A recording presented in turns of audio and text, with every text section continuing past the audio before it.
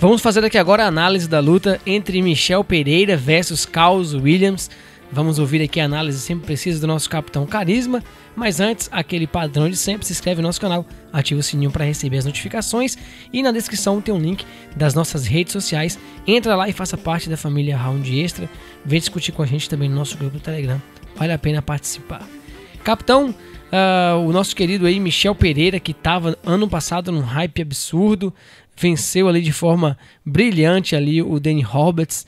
Ele com suas piruetas e mortais venceu o Danny Roberts por um nocaute fulminante ali no primeiro minuto do primeiro round. Mas deu uma trupicada, Barbie, absurda. Aquela luta contra Tristan Connelly foi ridícula. Eu acho até que foi uma das maiores zebras, né, a vencer. Eu lembro que na época a gente comentou bastante, tava uma odd absurda para o Michel Pereira. Ele acabou perdendo essa luta ali, cansou no primeiro round, e o Tristan fez o trabalho de casa nos outros dois. Depois ele enfrentou o Diego Sanches numa luta que a gente esperava uma pancadaria absurda e acabou também perdendo, o que deixou, acho que todo mundo que estava hypando ele, né, Barbie, com o pé atrás ali para saber mais sobre o Michel Pereira.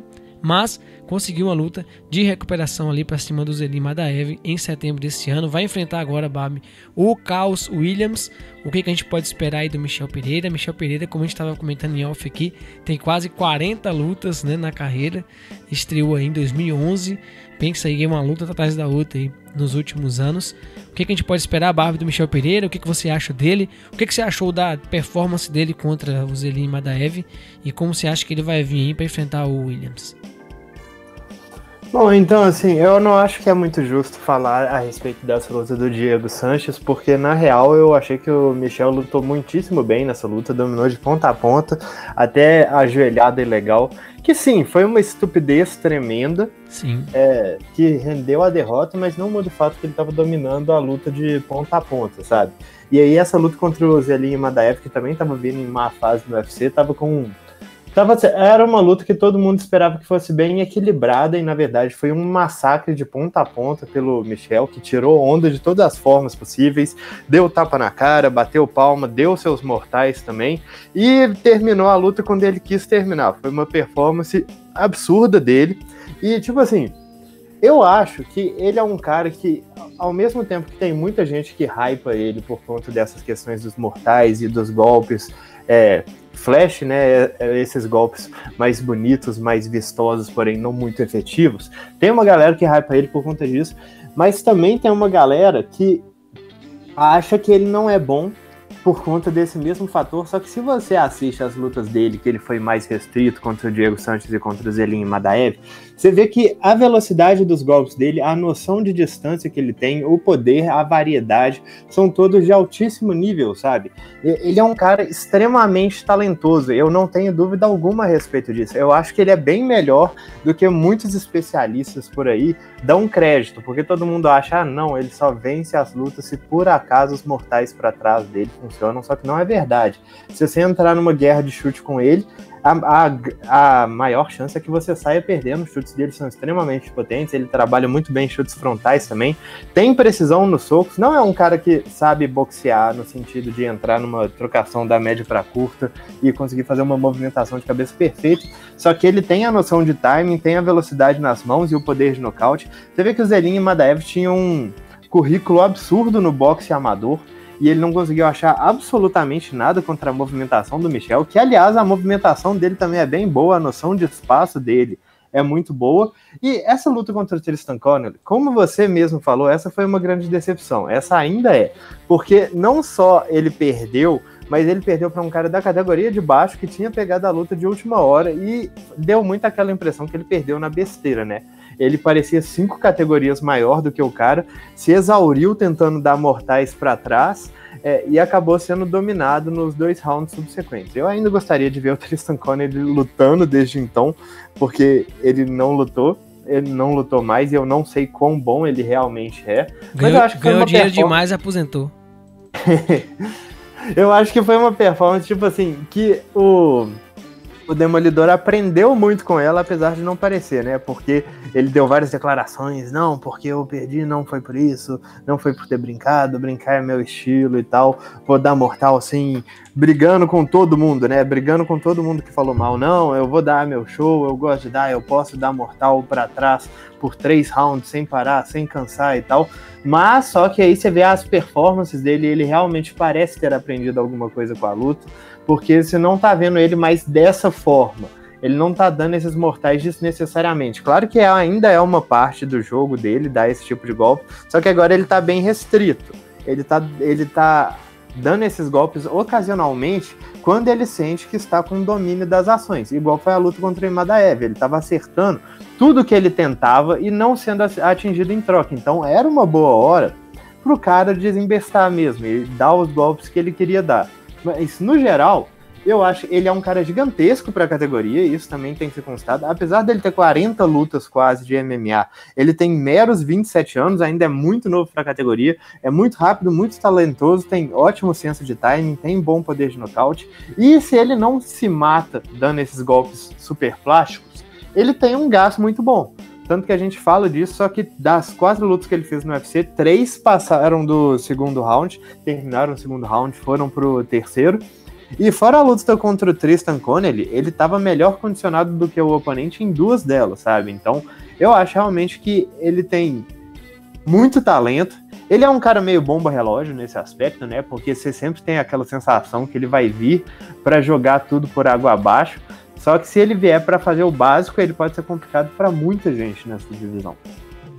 Bom, Barbie, do outro lado a gente tem o Carlos Williams, a atleta que tem 11 vitórias e apenas uma derrota, perdeu em fevereiro de 2018, e pelo cartel dele, né, parece há muito tempo, um atleta que faz bastante lutas aí por ano, 4 lutas por ano aí, estreou no UFC em fevereiro desse ano, contra o Alex Morono e brutalizou o Morono em 27 segundos.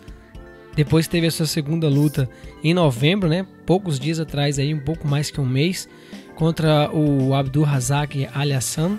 E também Barbie venceu por um nocaute aos 30 segundos. O que a gente pode esperar do Carlos Williams? Você já está de olho nele aí? Como é que você enxerga aí o Carlos Williams?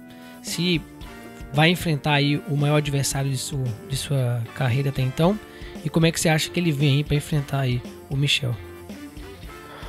Bom, então, como você falou, eu estou de olho sim no Carlos Williams. Normalmente eu já teria que dar o meu veredito a respeito dele ganhar ou não o título de garoto do seu Capitão Carisma, porém eu me recuso a deixar que 2 lutas que em combinado duraram menos de 1 minuto possam me deixar tirar conclusões a respeito dele, porque sejamos sinceros, por mais que os nocautes relâmpagos sejam incríveis, por mais que seja uma coisa muito bacana de se ver, isso não te diz tanto a respeito do lutador, sabe?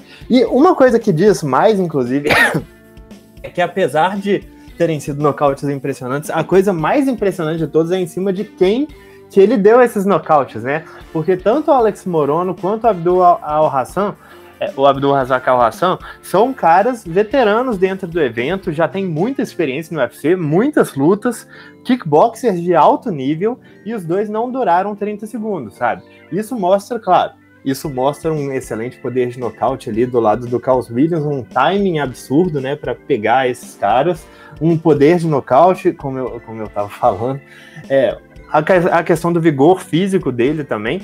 Mas, ao mesmo tempo, eu sempre fico na cabeça com casos tipo do Johnny Walker, que estava conseguindo muitos nocautes em cima de gente boa, e até o momento que ele não estava mais conseguindo esses nocautes e as coisas começaram a desandar, sabe? Esse é um problema, porque sim, o que o Johnny Walker estava fazendo, muita gente hoje tem como ele não venceu ninguém. Só que é o que eu já tinha falado a respeito do Johnny Walker. Os caras que ele venceu, até mesmo venceram os caras que venceram ele, né? Por exemplo, o Cirkunov, que ele nocauteou em 40 segundos, venceu o... eu esqueci o nome do adversário que venceu ele. Me ajuda aqui, Yuri. Agora, peraí. Eu não vou lembrar, mas tô pesquisando. Não, o quê? Eu não vou lembrar, mas tô pesquisando. Muito obrigado, Yuri. Você é um cara muito prático.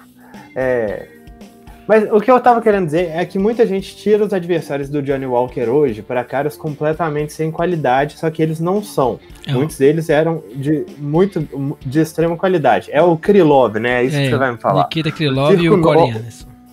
Pois é, o Circo 9 que o Johnny nocauteou em 40 segundos venceu o Krylov, que venceu o Johnny, sabe? Então não é uma questão de o nível de competição subiu, é uma questão do Johnny não ter mais achado esses golpes. E achar esses golpes é um talento, com toda a certeza do mundo. Só que sempre fica essa questão. Você acha esses golpes até você enfrentar uma competição de nível alto bastante para evitar esse tipo de coisa. E aí eu tenho que saber o que tá vindo. Por isso que até a luta contra o Krylov, eu falava, o Johnny já tem 4 lutas no UFC, 3 vitórias e 1 derrota, e eu ainda não tenho certeza do que esperar dele, porque eu não sei se ele consegue defender quedas, eu não sei se ele consegue boxear, eu não sei se ele consegue lutar kickboxing, eu não sei basicamente nada. E a minha sensação com o Carlos Williams é bem parecida. Eu sei que ele tem estrela, eu sei que ele tem um timing absurdo, eu sei que ele tem um poder de nocaute absurdo, mas eu não sei como que ele vai lidar com uma trocação a longo prazo, eu não sei como que ele vai lidar com chutes, eu não sei como que ele vai lidar com wrestling, eu não sei como que ele vai lidar com luta de 3 rounds. Tipo, se você for ver lutas dele fora do UFC, você vai ver que ele é um cara também que tem boas quedas, tem bom ground and pound, mas só que ele não aparenta ter bons fundamentos de trocação, e isso é uma coisa que vai cobrar dele conforme o nível vai subindo. Então essa fica sendo uma questão assim, será que ele realmente melhorou o bastante a ponto dele estar atirando para nada caras igual o Morono e o Al-Hassan, e isso corresponder em todas as performances que ele tem no UFC, ou será que ele só tá achando as chances prodigiosas contra caras que poderiam ser tecnicamente melhores que ele? Porque isso, como eu falei, isso é um mérito, mas não é um mérito que você pode recorrer em toda a luta. Eventualmente, isso vai cobrar. Então, eu acho que existem mais perguntas do que respostas que a gente espera que a gente tem do Carlos Williams hoje, né? Se ele chegar e nocautear o Michel em 30 segundos, vai continuar sendo a mesma coisa. Vai ser tipo, ele fez o que eu já sabia que ele conseguia fazer. Agora a questão, ele consegue fazer isso contra um top 10? Eu não faço a mínima ideia, porque conforme o nível vai crescendo, as oportunidades para você achar esse golpe fabuloso diminuem. E é aí que eu quero saber como que o Carlos Williams luta. Ele também é um cara extremamente novo, tem muita capacidade de evolução, mas eu gostaria que essa luta durasse um pouco mais, até para eu entender ele como lutador. Porque, sinceramente, o que eu sei dele é assustador, é digno de atenção, mas simultaneamente não me diz muita coisa a respeito de como que vai ser a carreira dele a longo prazo no UFC. Por isso eu estou me dando mais lutas aí para entender como que ele é como lutador. Bom, se você chegou até aqui, não esquece de deixar esse like se você está gostando aqui da nossa análise. Eu queria deixar aqui bem claro, a gente faz análise aqui das lutas. Raramente aqui o Capitão Carisma erra como as lutas vão se desenvolver, erra sobre os adversários. Eu acho que a questão do palpite é apenas a cereja do bolo. O pessoal insistiu muito para que a gente fizesse esses palpites, a gente nunca tinha feito.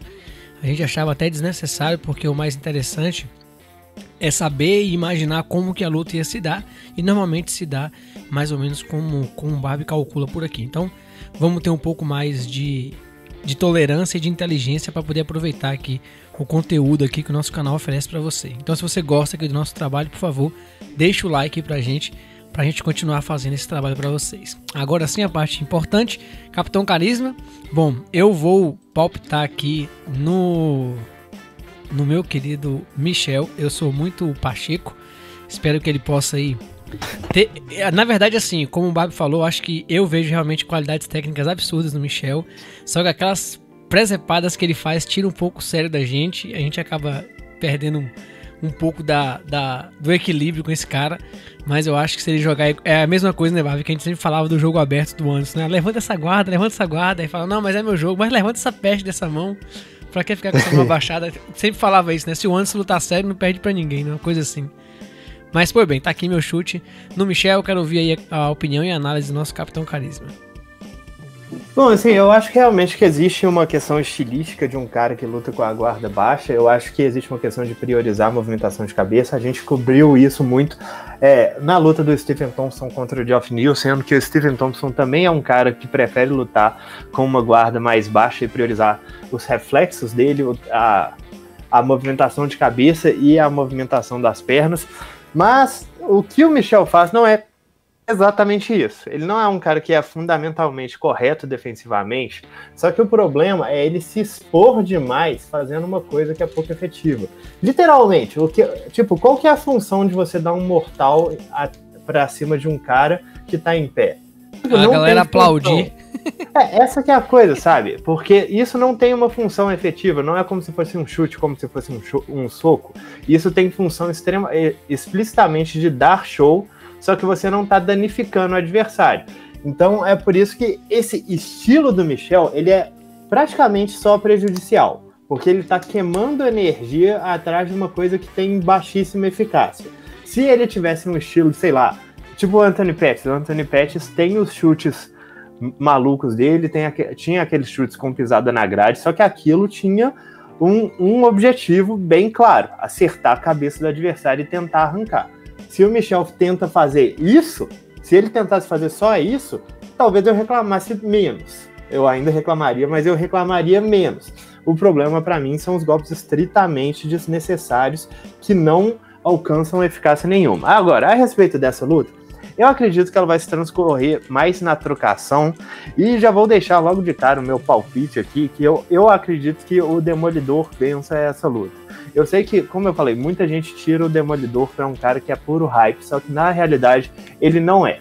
Ele é um cara muito bom, com ótima movimentação, com ótimo poder de nocaute, com ótimos chutes, e eu acho que a questão vai muito do que eu não sei do Carl Williams, porque, como eu falei, se você assiste lutas dele antes de entrar no UFC, tem muita coisa errada ali, sabe? Tem muita coisa que não é boa, tem muita coisa fundamentalmente incorreta, o gás dele não é muito bom, a forma dele trocando socos não é muito boa, a defesa dele também não é muito boa, então, claro, ele pode chegar e deitar o Demolidor em 30 segundos, isso é uma possibilidade muito real.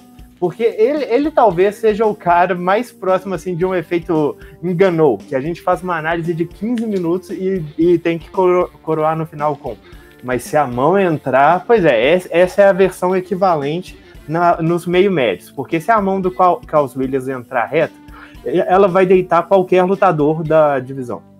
Mas tipo assim, como eu falei, eu acredito que o Michel tenha categoria suficiente para impedir que essa mão entre limpa, pelo menos nos primeiros momentos. Eu acho que seria extremamente incauto da parte dele entrar querendo buscar uma luta mais franca nos primeiros momentos contra um cara que já demonstrou tanto poder de nocaute. Ainda mais porque eu não acho que o Demolidor tenha esse mesmo poder com as mãos. Ele tem mais variedade de golpes, mas só que variedade é uma coisa trabalhada. Variedade é uma coisa que precisa que a luta siga, que precisa que ela dê um tempo, porque você precisa preparar o oponente para isso. Só que, igual eu falei, a questão é que eu tô avaliando muito o Carl Williams, mais pelo que ele fez fora do UFC, porque foram as lutas que duraram mais tempo. E aí você vê o wrestling dele, você vê o trabalho de clinch dele, você vê as falhas defensivas, você vê a questão do gás dele, que também não é muito bom. E claro, ele pode ter evoluído além de tudo isso, só que ainda não deu pra ver. Então, baseado no que eu sei dele, a não ser que ele consiga um nocaute nos primeiros momentos, eu acredito que o Demolidor tenda a dominar as ações da luta, em pé mesmo, e consiga a vitória. Bom, tá aqui a análise do nosso capitão. Perdão, se você gostou aqui da análise, deixe seu like, se discorda também, deixe seu comentário para quem vai a sua torcida, e até a nossa próxima análise.